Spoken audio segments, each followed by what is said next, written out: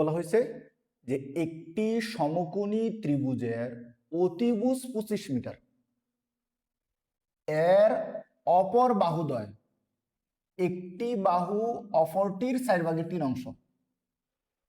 কার কথা বলছে? সমকোণী ত্রিভুজের। তাহলে প্রথম কাজ হচ্ছে আমি একটা সমকোণী ত্রিভুজ আঁকবো। তো ধরো আমি একটা সমকোণী ত্রিভুজ আঁকলাম, এটা একটা সমকোণী ত্রিভুজ। তো এই সমকোণী ত্রিভুজের এই কোণটা হচ্ছে সমকোণ, মানে 90 ডিগ্রি। তাহলে সমকোণের যে বিপরীত বাহু আছে এটাকে অতিভুজ বলে। তার মানে সমকোণের বিপরীত বাহু হচ্ছে এটা। এর মান কত? 25 মিটার। তাহলে লিখি 25 মিটার। ওকে। এবার বলছে এর অপর বাহুদ্বয়ের একটি বাহু অপরটির 4/3 অংশ। তাহলে অপর বাহু মানে কি?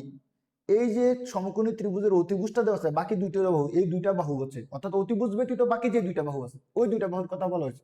বলছে একটা অপরটার 4/3 অংশ। ধরো আমি একটারে ধরলাম যে 4 মিটার, তাহলে অপরটা কত হবে? 4 এর 4/3। তার মানে হচ্ছে 4 কাটলে কত? অপরটা হবে 3 মিটার। এখন কেউ যদি বলে না স্যার আমি এটারে 12 ধরবো, তো ধরলাম 12, তাহলে অফারটা কত হবে? 12 এর 4/3। তাহলে 4 দ্বারা 12কে কাটলে 3, তাহলে 3 তিরিকা 9। কেউ যদি বলে না স্যার আমি একটারে 40 ধরবো, তাহলে 40 ধরলে এর অফারটা হবে 40 এর 4/3। তাহলে ধরো 4 দ্বারা 40কে কাটলাম, কত হয়ে গেল? 10। তাহলে 3 10 30। এখন মজার বিষয় হচ্ছে যে আমি যে যেটাই ধরলাম অফারটা পাইলাম, কিন্তু একটা বাহুর মান তো দেওয়া নাই। বলছে একটা অফারটা 4/3, তাহলে একটার মান কত? ওই একটার মান তো দেওয়া নাই। তাহলে আমি এখন কি করবো? একটার যে কোনো একটা কিছু ধরে নিই। ধরো আমি এটাকে x ধরে নিলাম, যেহেতু এটার সাথে একক মিটার আছে, এখানেও আমি কি করলাম? মিটার ধরলাম। তাহলে এটা কত হবে? x এর কত? 4/3 মিটার। এখন লক্ষ্য করো, এই x আর 4 এর মধ্যে কাটা যায়? যায় না। তাহলে কাটা না গেলে এইটা ভগ্নাংশের উপরেরটার সাথে গুণ হবে। তাহলে x কার সাথে গুণ হবে? 3 এর সাথে। তাহলে 3x আর নিচে কত? 4, সাথে কি? মিটার। তার মানে হবে যদি এটা x হয় তাহলে এটা হবে x এর 4/3, তার মানে 3x/4। তাহলে 3x/4 মিটার। ওকে। তাহলে আবার এই ত্রিভুজের একটা আমি নাম দিই। এটার নাম দিলাম এ বি সি। তাহলে আমি এটার একটু বর্ণনা লিখি। তো লিখি, মনে করি এ বি সি একটি সমকোণী ত্রিভুজ।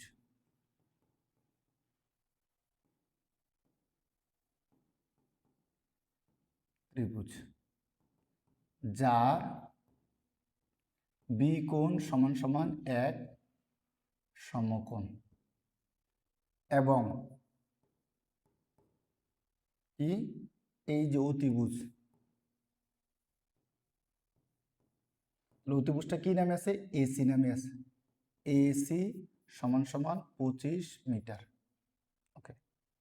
এই দুইটা বই, এটা ধরছি, এটা পাইছি। তাহলে লিখি, ধরি এটা কি নামে আছে? ধরো একটি বাহু। তাহলে বাহুটা কি নামে আছে? এ বি নামে।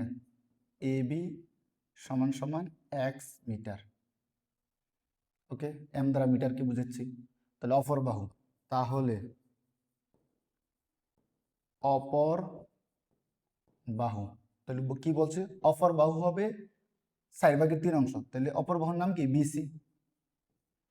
অপর বাহু যেহেতু বিসি, তাহলে x এর কত? 4/3, তাহলে 3x/4 মিটার। ওকে। তাহলে লক্ষ্য করে এটা একটা সমকোণী ত্রিভুজ। যেহেতু সমকোণী ত্রিভুজ এবং তিনটা বাহুই একটা বাহুর সাথে আর একটা বাহুর সম্পর্ক আছে এবং প্রতীকী মান হোক একজ্যাক্ট মান হোক, মান দেওয়া আছে, তাহলে আমি এখানে পিথাগোরাসের সূত্র অ্যাপ্লাই করব। তাহলে পিথাগোরাসের সূত্রটা কি?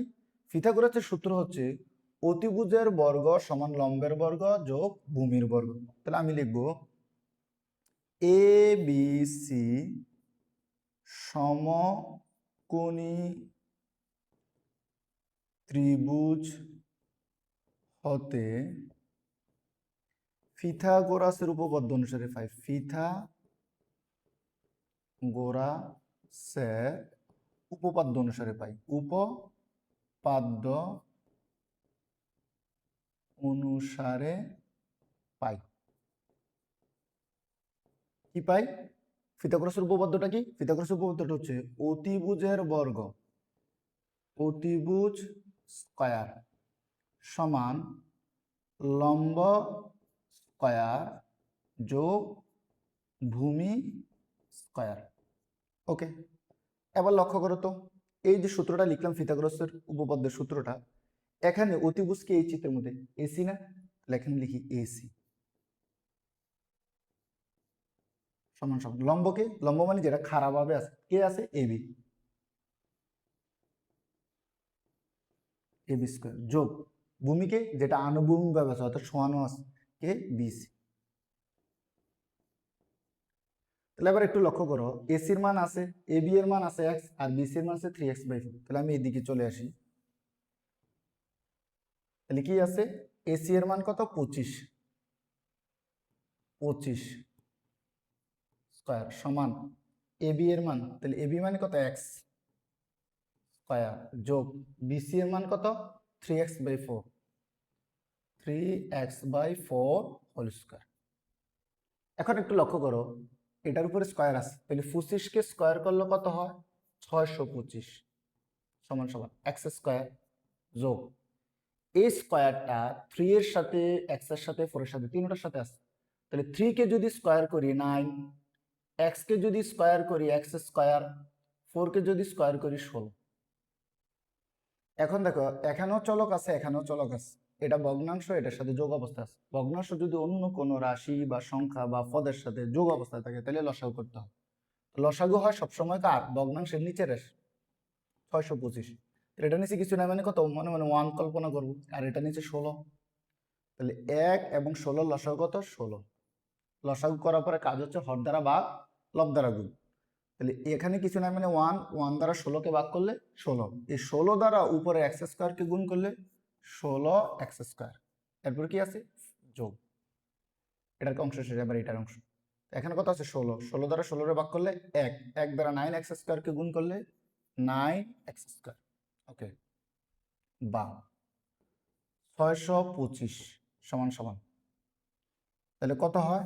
দেখো, 16x স্কয়ার আর 9x স্কয়ার কত হয়? যোগ করলে 25x স্কয়ার, আর নিচে কত? 16।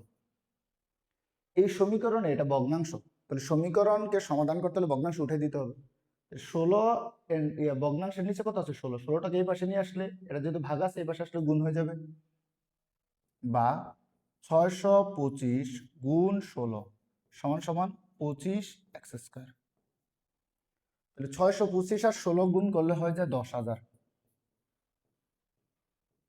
সমান সমান 25x স্কয়ার।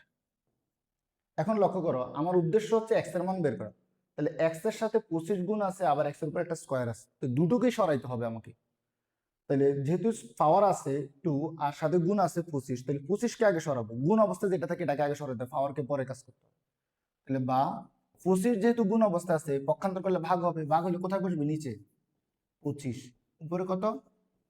10,000 সমান সমান এক্স স্কয়ার। ওকে, আমি একটু স্ক্রল করে উপরে যাই।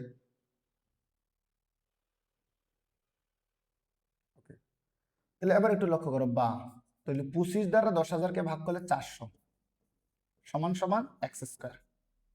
এখন আমি তো এক্স স্কয়ার মান বের করবো না, এক্স এর মান বের করবো, নিশ্চয়ই এক্স এর মান। তাহলে এই যে উপরে স্কয়ারটা সেটাকে কেটে ফেলতে হবে। তাহলে স্কয়ার কাটার নিয়ম কি? রুট করতে হবে, রুট করলে রুট স্কয়ারে কাটা যায়। এখন যদি ডান পাশকে কোনো কারণে রুট করে, এখানে তো রুট ছিল না, রুট আমি অতিরিক্ত বসাইছি, তাহলে বাম পাশকে অতিরিক্ত রুট বসাইতে হবে। তাহলে একটু লক্ষ্য করো, যেহেতু আমি এখন আমি কি করব? এই স্কয়ারটা উঠাবো, তাহলে পরের লাইনে গিয়ে আমি কি করব? উভয় পক্ষকে বর্গমূল করে দেবো, মানে রুট করে দেবো। তাহলে 400কে রুট করলে কত হয়? 20, আর এক্স স্কয়ার উপরে রুট করলে কত হয়? এই রুট স্কয়ারে কাটা গিয়ে এক্স, তার মানে সুতরাং এক্স এর মান কত? 20। তাহলে এক্স মানে কে ছিল? একটু লক্ষ্য করো তো, এক্স মানে কে ছিল? এক্স মানে ছিল যে একটা বাহু যেটা ছিল এবি, এই যে এবিটা। তাহলে এই এক্স এর মান যেটা পাচ্ছি 20, এই মানটা যদি এখন বিসি এর এখানে এনে বসাই দেই, তাহলে 3 × 20/4, তাহলে অপর বাহু পেয়ে যাব। চলো, তাহলে আমি এখন লিখব, সুতরাং একটি বাহু কত? এবি সমান সমান এক্স মিটার, তার মানে 20 মিটার। তাহলে অপর বাহু,